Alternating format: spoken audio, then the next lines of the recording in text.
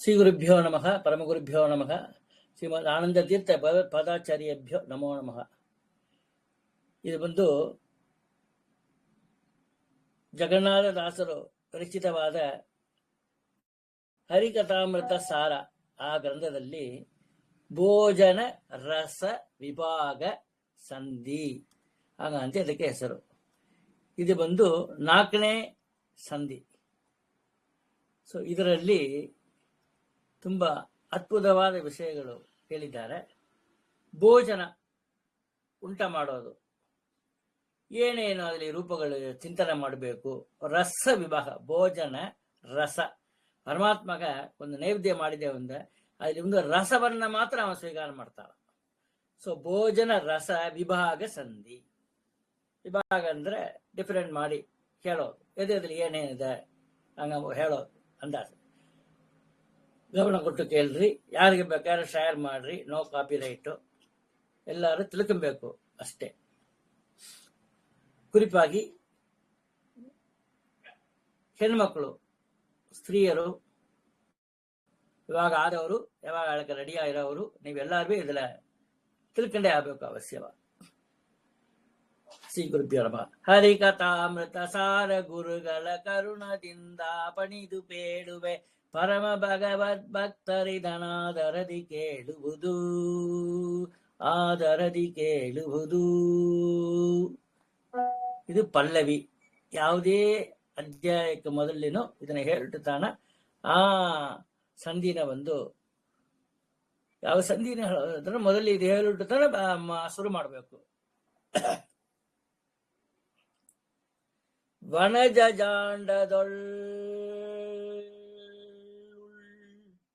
ವನದ ಜಾಂಡದೊಳುಳ್ಳ ಕಿಲ ಚೇತನರು ಭುಂಜಿಪ ಚತುರ್ವಿಧ ಭೋಜನ ಪದಾರ್ಥದಿ ಚತುರವಿಧ ರಸರೂಪ ತಾನಾಗಿ ಮನಕ್ಕೆ ಬಂದದನುಂಡುಣಿಸಿ ಸಂಹರಣ ಕುಪಚಯ ಕರಣಕ ನಂದ ನಿಮಿಷರಿಗಾತ್ಮ ಪ್ರದರ್ಶನ ಸುಖವನೀವ ಹರಿ. ಹರಿಕಥಾಮೃತ ಸಾರ ಗುರುಗಳ ಕರುಣದಿಂದ ಪಣಿದು ಬೇಡುವೆ, ಪರಮ ಭಗವದ್ ಭಕ್ತರಿದನಾದರದಿ ಕೇಳುವುದು. ಈಗ ಪದ್ಯದ ಅರ್ಥ ಈಗ ನೋಡೋಣ. ಬ್ರಹ್ಮಾಂಡದೊಳಗುಳ್ಳ ಅಖಿಲ ಚೇತನರು, ಅಖಿಲ ಚೇತನರು ಅಂತ ಇಲ್ಲಿ ಬಂದಿದೆ. ಸಕಲ ಪ್ರಾಣಿಗಳು, ಪ್ರಾಣಿಗಳಂದ್ರೆ ಮನುಷ್ಯನು ಕೂಡ ಒಂದು ಪ್ರಾಣಿತಾನೆ. ಭುಂಜಿಪ, ಭುಂಜಿಪ ಅಂತ ಊಟ ಮಾಡೋದು, ಭೋಗ ಮಾಡೋದು. ಚತುರ್ವಿಧ ಖಾದ್ಯ ಪೇಯ ಚೋಷ್ಯ, ತಿನ್ನೋದು, ಕುಡಿಯೋದು, ನಕ್ಕಿ ತಿಂಬೋದು, ಲೇಖ್ಯ ಎಂಬ 4 ವಿಧಗಳು. ಖಾದ್ಯ ಪೇಯ ಚೋಷ್ಯ ಲೇಖ್ಯ ಹಂಗಂತ 4 ವಿಧಗಳು. ಅದಕ್ಕೆ ಚತುರ್ವಿಧ ಅಂತ ಹೇಳಿದಾರ. ಖಾದ್ಯ ಹಂಗಂದ್ರೆ ಅಗದು ತಿಂತೇವಲ್ಲ, ಅಗದು ತಿನ್ನವ ಭಕ್ಷ್ಯಾದಿಗಳು ಅಂತ ಹೆಸರು. ಆಮೇಲೆ ಪೇಯವೆಂದರೆ ಕುಡಿಯುವ ಕ್ಷೀರಾದಿಗಳು, ಹಾಲೆಲ್ಲ ಕುಡಿತೇವು ಅದು. ಚೋಷ್ಯವೆಂದರೆ ಬಾಯಲ್ಲಿ ಹಾಕೊಂಡು ಹಾಗೆ ನುಂಗಿಡ್ತೇವು. ಹಲ್ವಲ್ಲ ಕಚ್ಚಬೇಕ ಹಾಗೆ ಟಬಕ್ಕಿಂದ ಒಳಗೆ ಇಳಿದಿರೋದು, ನುಂಗಿಡುವಂದು. ಲೇಖ್ಯ ಹಂಗಂದ್ರೆ ದಂಡಿಯ ತುಪ್ಪ ಹಾಕಿ ಹಲ್ವಾ ಮಾಡಿದ್ರೆ ಬಾಯಿ ಒಳಗೆ ಹಾಕಿದ್ರೆ ಹಂಗೆ ನಾಳಿಗೆ ತಾಗಿದ ಗೊಳಕ್ಕಿಂತ ಒಳಗೆ ಬಿಡೋದು. ರುಚಿನ ಮಾತ್ರ ನಾಳಿಗೆ ಒಂದು ಫೀಲ್ ಮಾಡಕ್ ಮುಡಿಯೋದು.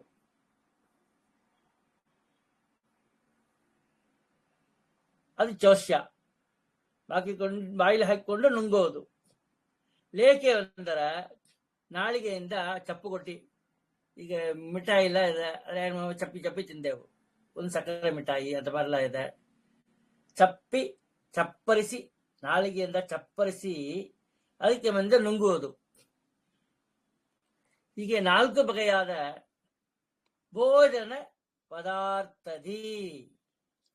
ಇಂತಹ 4 ವಿಧವಾದ ಭೋಜನ ಪದಾರ್ಥಗಳ ಒಳಗೆ ಚತುರ್ವಿಧ ರಸರೂಪ, 4 ವಿಧವಾದ ಚತುರ್ವಿಧ ರಸ ರೂಪ, ಚತುರ್ವಿಧ ರಸ ರೂಪ, 4 ಬಗೆಯಾದ ಪದಾರ್ಥಗಳ ರಸ ರೂಪನು ತಾನಾಗಿ ಪರಮಾತ್ಮನೇ ಆಗಿ ಮನಕ್ಕೆ ಬಂದದನು.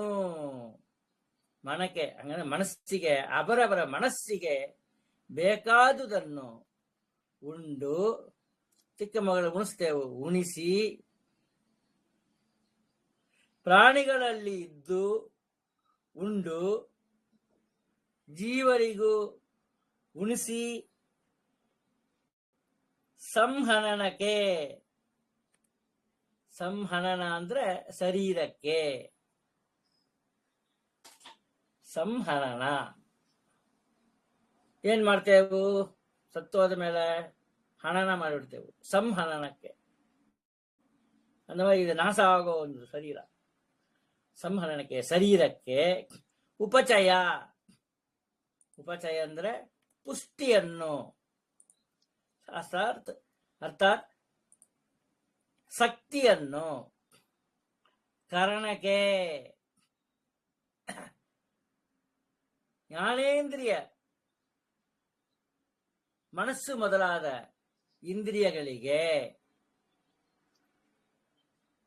ಆನಂದ, ಸುಖವನ್ನು. ಅನಿಮಿಷರಿಗೆ, ತತ್ವಾಭಿಮಾನಿ ದೇವತೆಗಳಿಗೆ. ನಿಮಿಷ ಅಂದ್ರೆ ಕಣ್ಣು ರೆಪ್ಪೆ ಹಂಗೆ ಮುಚ್ಚೋದು. ದೇವತೆಗೆಲ್ಲ ಕಣ್ಣು ಹಂಗೆ ತರ್ಕೊಂಡೇ ಇರೋರು, ಆ ರೆಪ್ಪೆ ಒಂದು ಮುಚ್ಚದೇ ಮುಚ್ಚುದು. ಹಾಗಾದ್ರೆ ಅನಿಮಿಷರು ಅವರು. ತತ್ವಾಭಿಮಾನಿ ದೇವತೆಗಳಿಗೆ, ಅನಿಮಿಷರಿಗೆ ಅಂದ್ರೆ ತತ್ವಾಭಿಮಾನಿ ದೇವತೆಗಳಿಗೆ ಆತ್ಮ ಪ್ರದರ್ಶನ, ತನ್ನ ಆತ್ಮದ ತನ್ನ ಪ್ರದರ್ಶನ, ಸ್ವರೂಪ ದರ್ಶನ ರೂಪವಾದ ಸುಖವ ನೀವ, ಸುಖವನ್ನು ಕೊಡುವನು. ಯಾರು ಕೊಡುವ? ಹರಿ, ಶ್ರೀ ಪರಮಾತ್ಮನು. ಹಂಗಂದ್ರೆ ಇಲ್ಲಿ ತಿಳಿಸಿದ್ದಾರೆ. ಇದರ ತಾತ್ಪರ್ಯ ಏನು ಹಂಗಂದ್ರೆ, ಈ ಸಂಧಿಯಲ್ಲಿ ಭೋಜನ ಪದಾರ್ಥಗಳಲ್ಲಿ ಯಾವ ಯಾವ ಭಗವತ್ ರೂಪಗಳಿವೆ ಎಂಬ ವಿಷಯವನ್ನು ಕೇಳುತ್ತಾ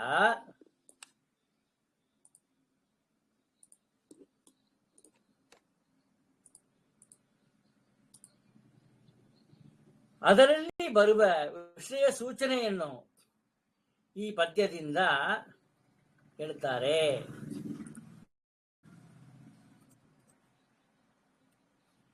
ಬ್ರಹ್ಮಾಂಡದೊಳಗ ಉಳ್ಳ, ಈ ಬ್ರಹ್ಮಾಂಡದ ಒಳಗೆ ಉಳ್ಳ ಅಖಿಲ ಪ್ರಾಣಿಗಳು ಭುಂಜಿಸುವ 4 ಪ್ರಕಾರವಾದ ಭೋಜನ ಪದಾರ್ಥಗಳೊಳಗೆ 4 ವಿಧವಾದ ರುಚಿಗಳು ತಾನೇ ಆಗಿರುವನು.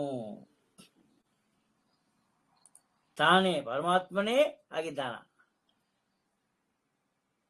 ಷಟ್ಸಂಗವೆಂದು ಲೋಕ ಪ್ರಸಿದ್ಧಿಯಾಗಿರಲು ದಾಸರಾಯರು 4 ರಸಗಳೆಂದು ಹೇಳಿದುದರ ಅಭಿಪ್ರಾಯ ಏನೆಂದರೆ,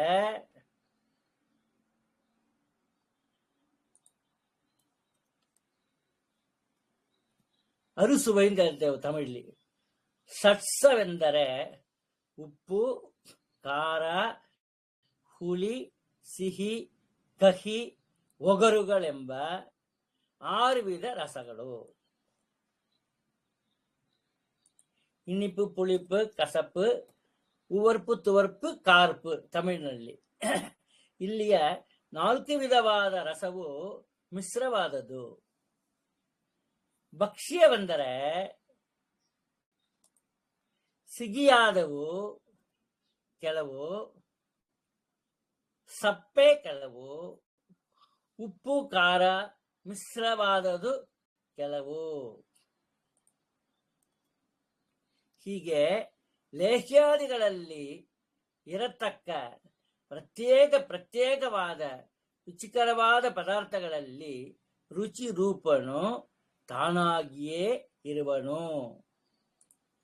ಆಯಾ ಚೇತನರೊಳಗೆ ಇದ್ದು ಅವರಿಗೆ ರುಚಿಸುವ ಪದಾರ್ಥಗಳನ್ನು ತಾನುಂಡು ಅವರಿಗೆ ಉಣಿಸಿ, ಪರಮಾತ್ಮ ತಾನು ಉಂಡು ಆ ರಸಭಾಗನ ಸ್ವೀಕಾರ ಮಾಡಿ ಅವರಿಗೆ ಉಣಿಸಿ ಶರೀರಕ್ಕೆ ಪುಷ್ಟಿಯನ್ನು ಉಂಟು ಮಾಡಿ ಚಕ್ಷುಹು ಶ್ರೋತ್ರಾದಿ ಇಂದ್ರಿಯಗಳಿಗೆ,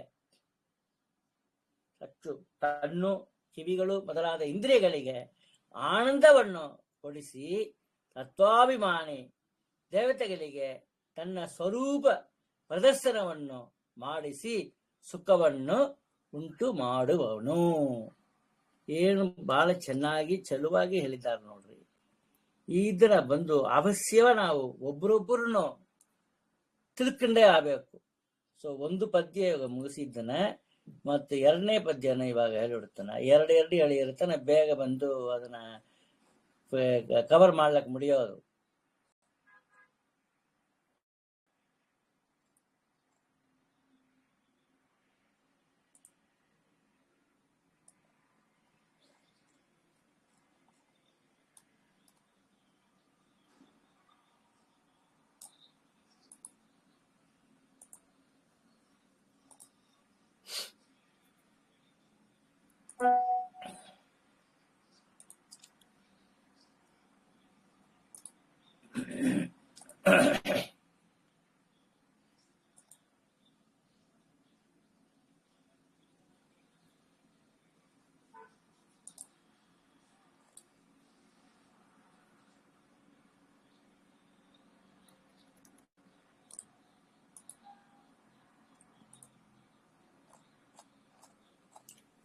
ಎರಡನೇ ಪದ್ಯ ಬಂದು ಹೀಗಿದೆ.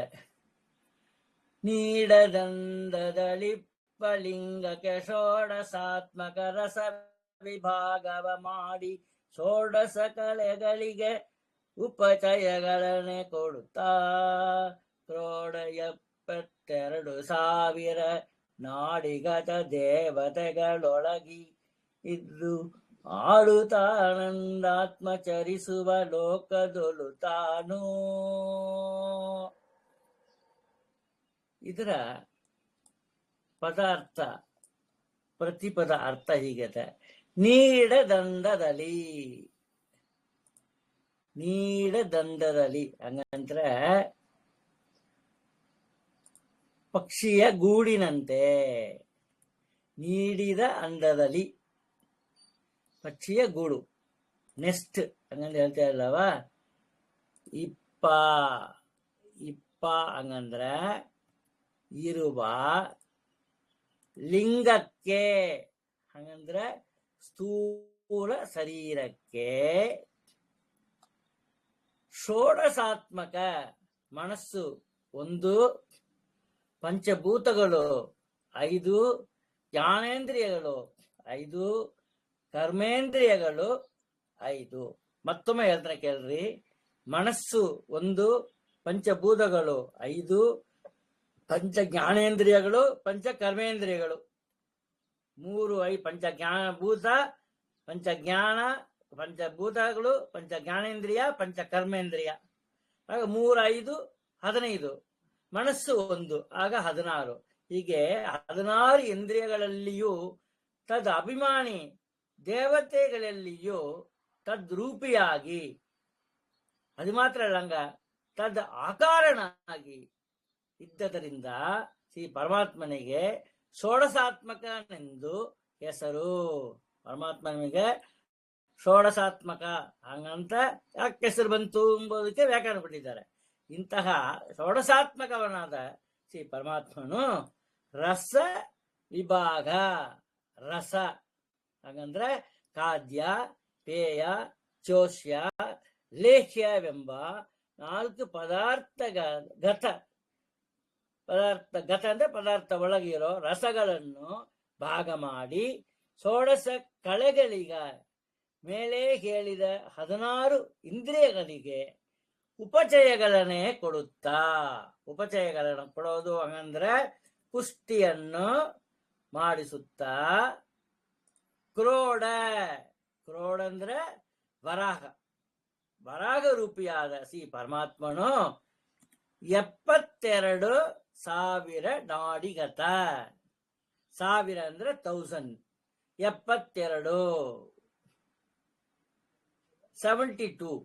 72,000 ನಾಡಿಗಳಲ್ಲಿ ಇರುವ, ಬಲಭಾಗದಲ್ಲಿ 36,000, ಎಡಭಾಗದಲ್ಲಿ 36,000, ಒಟ್ಟಾರು 72,000 ನಾಡಿಗಳಲ್ಲಿ ದೇವತೆಗಳೊಳಗಿದ್ದು, ಆ ನಾಡಿಗಳಲ್ಲಿ ಇರುವ ದೇವತೆಗಳಿದ್ದಾರಲ್ಲವ ಅವರ ಒಳಗೆದ್ದು ಆಡುತ್ತಾ, ಆಡುತ್ತಾ ಅಂದ್ರೆ ಆಟ ಆಡ್ತಾನ, ವಿಹಾರ ಮಾಡುತ್ತಾ ಹಂಗಂತ ಅರ್ಥ.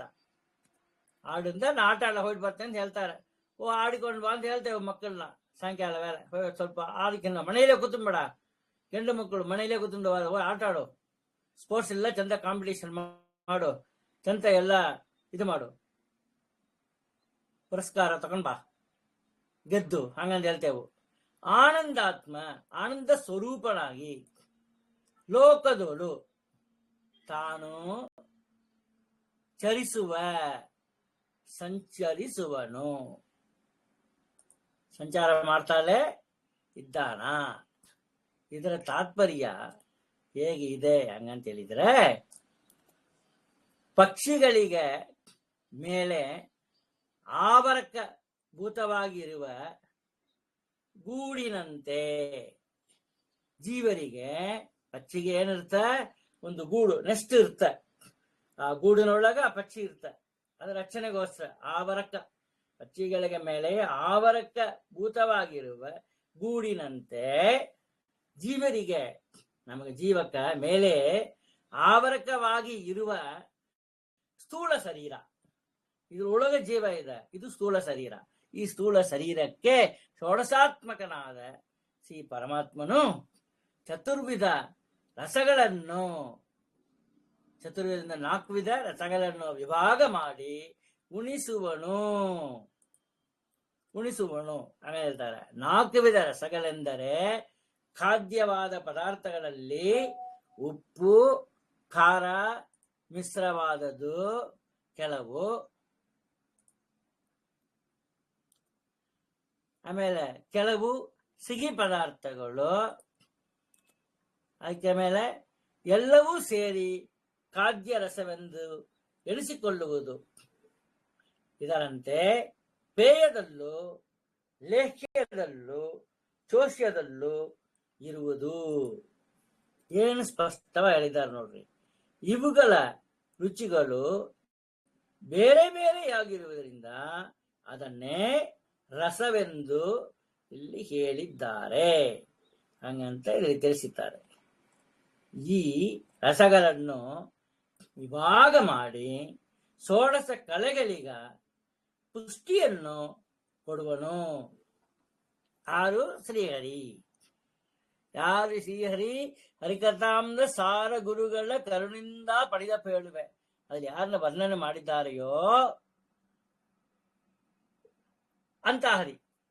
ಷೋಡಶ ಕಲೆ ಅಂದರೆ ಭಾಗವತ ಪ್ರಥಮ ಸ್ಕಂದ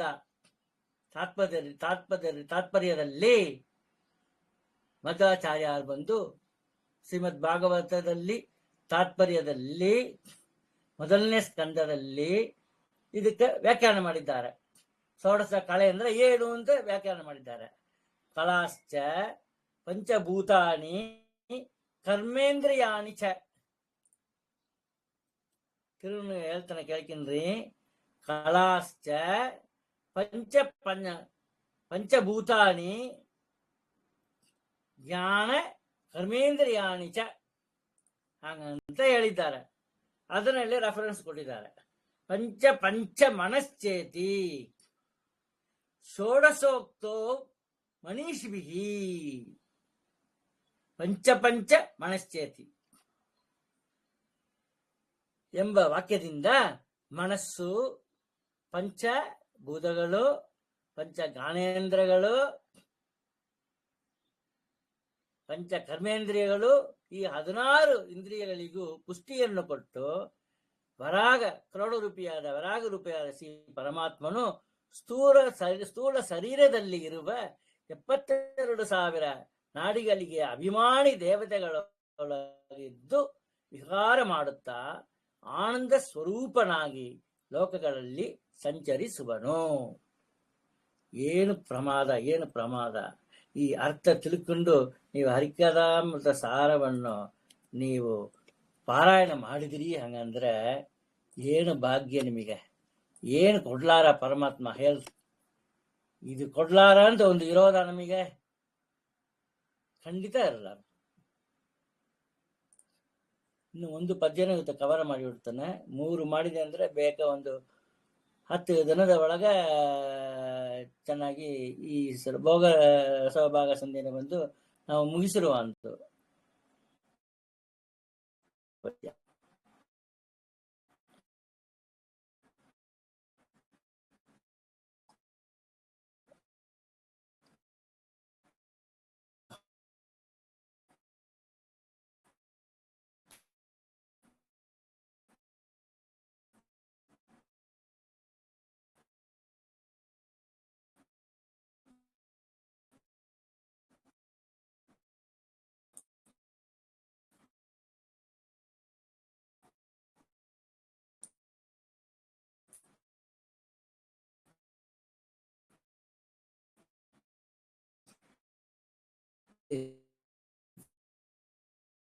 ವ್ಯಾಖ್ಯಾನ ಪರವಲ್ಲ, ಅದು ಇವತ್ತು ನಾವು ತಿಳ್ಕೊಂಬೋಣ. ವಾರಿ ವಾಚ್ಯನು ವಾರಿಯೊಳಗೆ ದಾರು ರಸವೆಂದೆನಿಸಿಸು 36,000